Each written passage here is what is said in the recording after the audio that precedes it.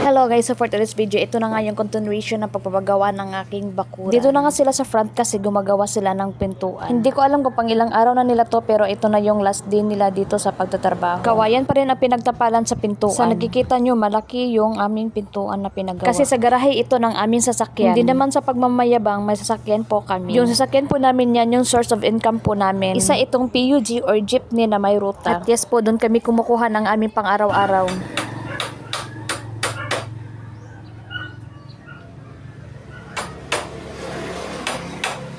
O eto na nga, balik na nga tayo dito sa nagtatrabaho. Pinasilong ko nga sila dyan kasi umuulan.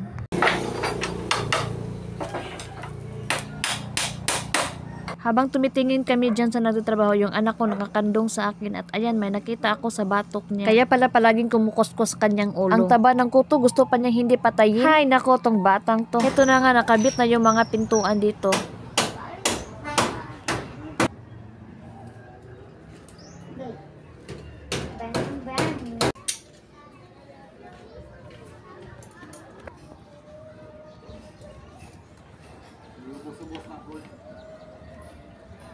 Dito na rin sila sa pinakalas na pintuan.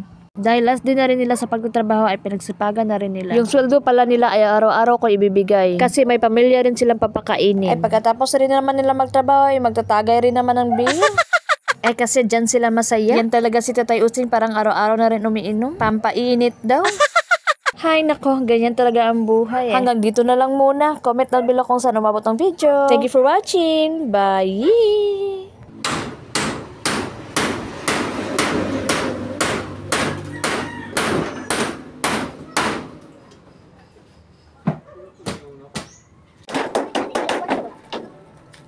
Wait.